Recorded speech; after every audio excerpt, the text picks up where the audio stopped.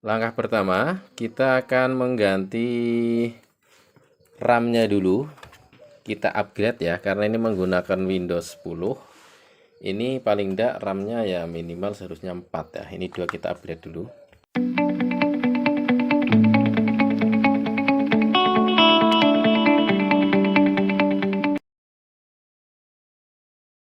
Laptop Acer ES1432 ya. Laptop ini terasa lelit sekali kalau kita melihat di manajer tasnya. Untuk penggunaan CPU ini sudah CPU-nya Intel Celeron ya, Intel Celeron N3350 1,10 GHz. Ini belum digunakan untuk membuka aplikasi, baru ke desktop Windows. Untuk memorinya 2 GB, terpakai satu atau yang bisa terpakai 1,8, dan ini sudah terpakai 1,3 ya. Sementara untuk harddisknya ini WDC, ini terakses 100% terus ya, jadi terakses 100% terus. Coba kita gunakan untuk membuka misalkan internet ya, kita buka Google Chrome. Seberapa lama waktu bukanya? Ya cukup lumayan lama ya, baru terbuka seperti ini. Nah, baru terbuka. Coba gunakan untuk YouTube.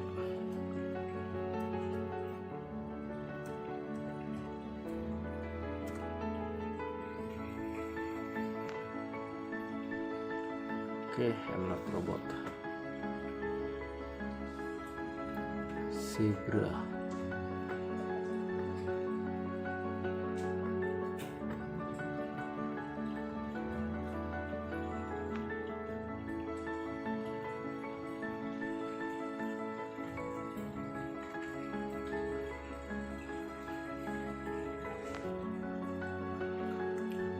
Kita lihat di task manajernya berapa yang untuk CPU-nya dia kemudian mencapai 100%. Yes. Untuk memorinya meningkat 1,7, hampir habis karena yang bisa digunakan cuma 1,8. Kemudian untuk harddisknya ini sama ya, 100% terus. Ini baru untuk membuka. Coba kita mainkan salah satu di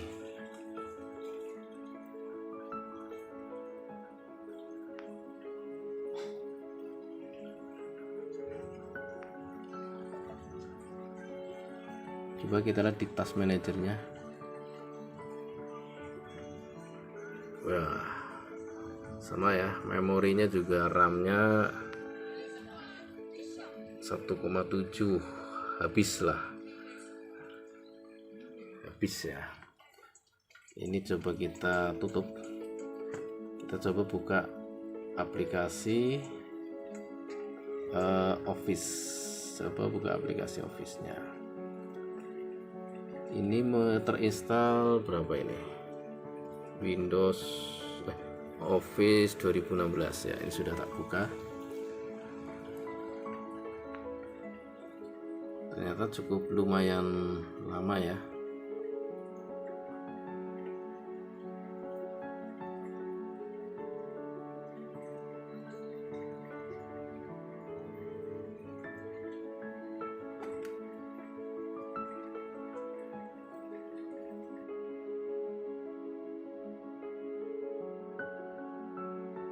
Langkah pertama, kita akan mengganti RAM-nya dulu.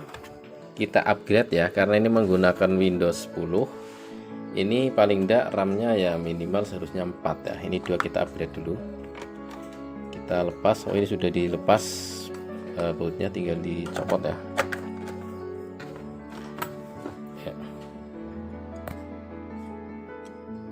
Di sini ada satu soket.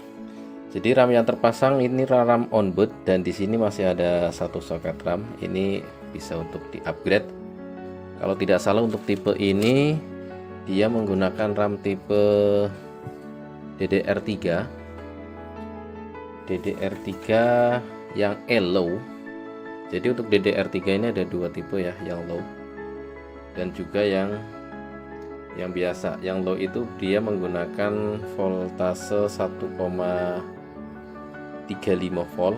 Kalau yang bukan low ini menggunakan voltase 1,5. Nah, kalau yang ini tandanya ini yang low. Jadi dia ada tulisan PC3L ya. Ini DDR3 yang low. Kalau yang ini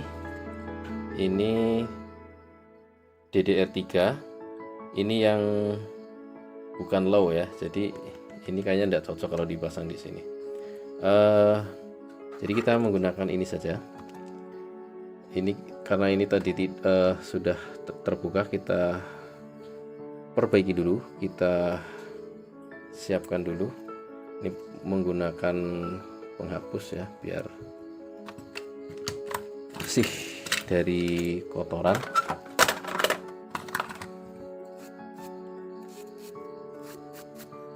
Kemudian kita pasang.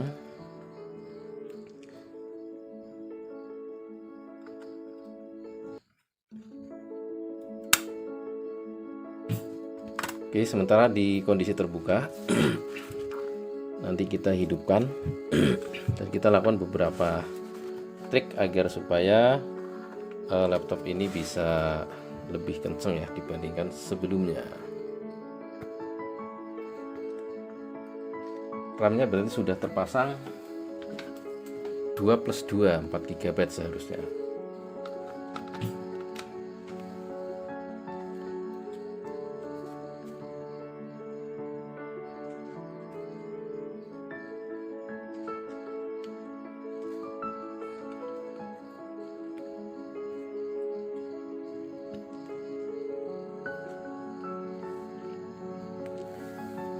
Untuk booting mungkin karena ini masih menggunakan harddisk, walaupun RAM-nya sudah diupdate, biasanya tetap memakan waktu yang masih lama ya, kisaran mungkin 1 menitan 60 detik.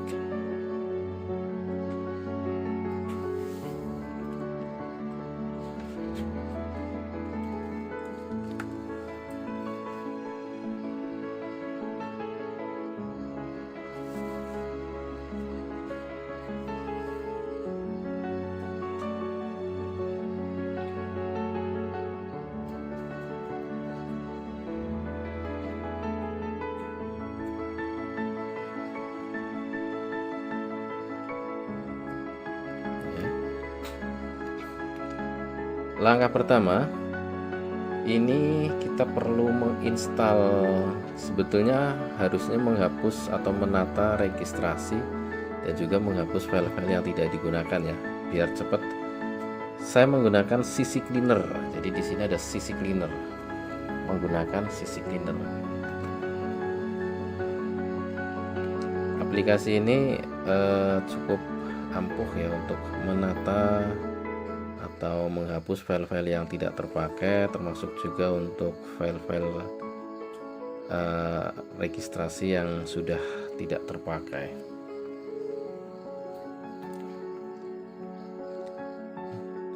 Versi bisa langsung cek health start, tapi enaknya menggunakan nanti custom clean pertama ini, kemudian yang kedua registrasi. Namun sebelumnya ini harus dicek dulu, barangkali juga ada antivirus. Terlalu banyak antivirus juga akan mempengaruhi kinerja dari laptop ini ya. Setelah dicek ini tidak ada antivirus tambahan ya, tidak ada antivirus tambahan ya di program yang terinstal. Kemudian di startupnya, di startup berarti aplikasi-aplikasi yang terbuka di awal ketika laptop ini dibuka atau dihidupkan. Di sini sudah wajar, biasa. Tidak ada aplikasi yang dihidupkan di awal yang tidak wajar. Termasuk di Windows Service-nya juga sama, bagus ya. Berarti tinggal di custom clean. Ini langsung di run cleaner saja, tidak apa-apa. Ini berfungsi untuk menghapus file-file yang memang sudah tidak digunakan ya, file-file sementara, termasuk di dalamnya file yang ditaruh di atau sudah dihapus di keranjang sampah atau recycle bin, ini juga akan dihapus semua.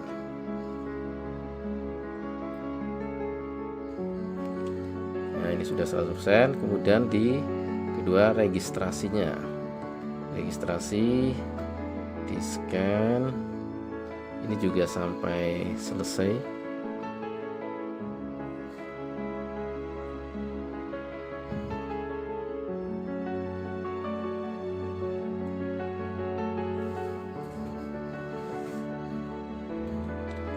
Biasanya kalau banyak file registrasi yang sudah tidak jalurnya sudah missing, biasanya akan tampil di sini ya. Nah, kalau sudah bisa ditutup. Itu langkah pertama, tadi ganti RAM, kemudian kita bersihkan aplikasi maupun file-file yang tidak terpakai, termasuk ditata registrasinya. Langkah yang ketiga, kita buka Explorer, kemudian di disk C-nya, di disk sistemnya ini, di disk sistem ya. Nah, saya perbesar dulu. Di disk sistemnya ini kita defrag, karena ini masih menggunakan hard disk, maka perlu dilakukan defrag. Saya tunjukkan caranya karena ini sudah di defrag ya, sudah di defrag.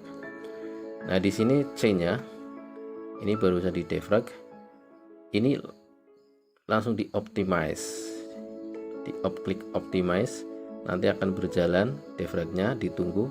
Biasanya kalau sudah lama tidak di defrag, tidak ditata, ini akan membutuhkan waktu yang lama juga ya. Nanti tinggal kalau sudah oke, ini tinggal di close. Kalau sudah oke.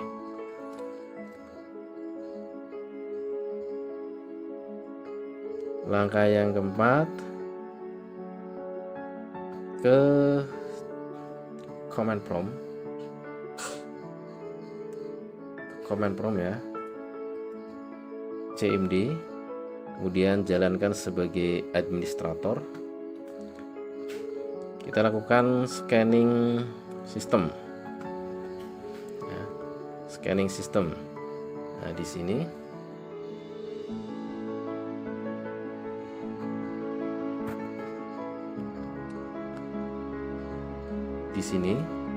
kita tinggal menulis svc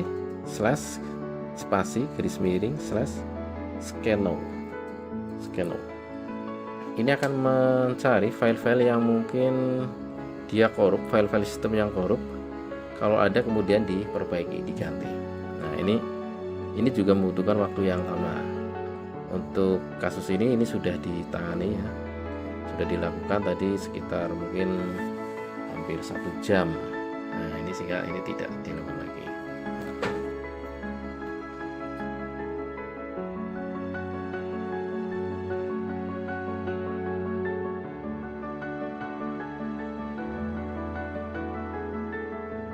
Setelah dilakukan penanganan, kalau kita lihat di aktivitas CPU-nya ini sudah bagus ya, 32%, 25%. Ini menandakan berarti bagus lah. Untuk memorinya, karena ini tadi sudah ditambah menjadi 4 GB, ini pemakaian menjadi setengahnya. Sementara untuk aktivitas harddisknya, kalau tadi ini 100%, terus ini sudah bahkan 1%, 0% ya. Ini menandakan bahwa kinerja dari laptop ini sudah lumayan bagus ya. Bahkan kalau kita cek di temperaturnya, di suhu prosesornya ini kisaran 4142 ya, maksimal ini maksimal berarti tadi 40%, 40 derajat, sekarang 43 ya, 43 derajat. Ini cukup dingin sebetulnya. Coba kita cek untuk membuka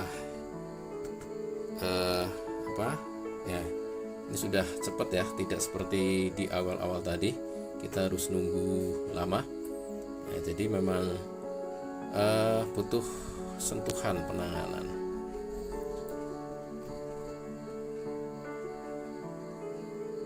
Nah, kalau ini sudah tergantung jaringan ya, karena mungkin jaringannya sedang tidak baik, jadi ini tidak keluar.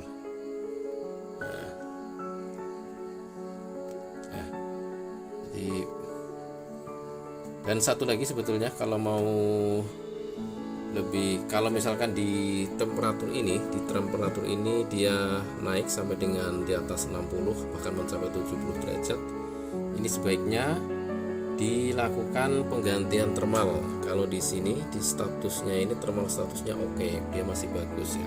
Saya menggunakan real time 3,70.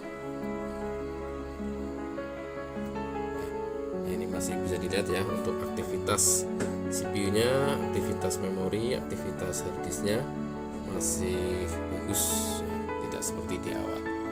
Mudah-mudahan bermanfaat agar supaya laptop kita bisa menjadi lebih cepat ya. Terima kasih.